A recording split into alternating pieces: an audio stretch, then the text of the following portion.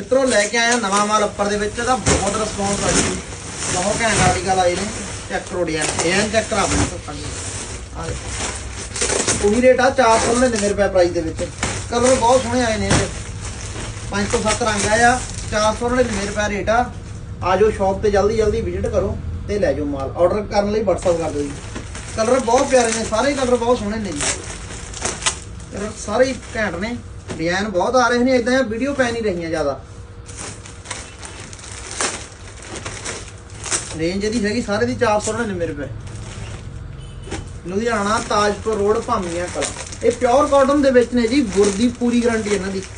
ਗੁਰ ਆ ਜਵੇ, ਕਲਰ ਉਤਰ ਜਵੇ ਤੇ ਵਾਪਸੀ ਹੈ ਇਹਨਾਂ ਦੀ ਗਾਰੰਟੀ ਆ ਪੂਰੀ ਫੁੱਲ। ਨਵਾਂ ਪੀਸ ਲੈ ਜਾਓ ਵਾਪਸ ਦੇ ਕੇ। ਡਿਜ਼ਾਈਨ ਬਹੁਤ ਸੋਹਣਾ ਕੱਪੜਾ ਦੇਖੋ, ਹੈਵੀ ਦੇ ਵਿੱਚ ਆ। ਹੈਵੀ ਦੇ ਵਿੱਚ ਕੱਪੜਾ ਹੈ। ਪਲੀਜ਼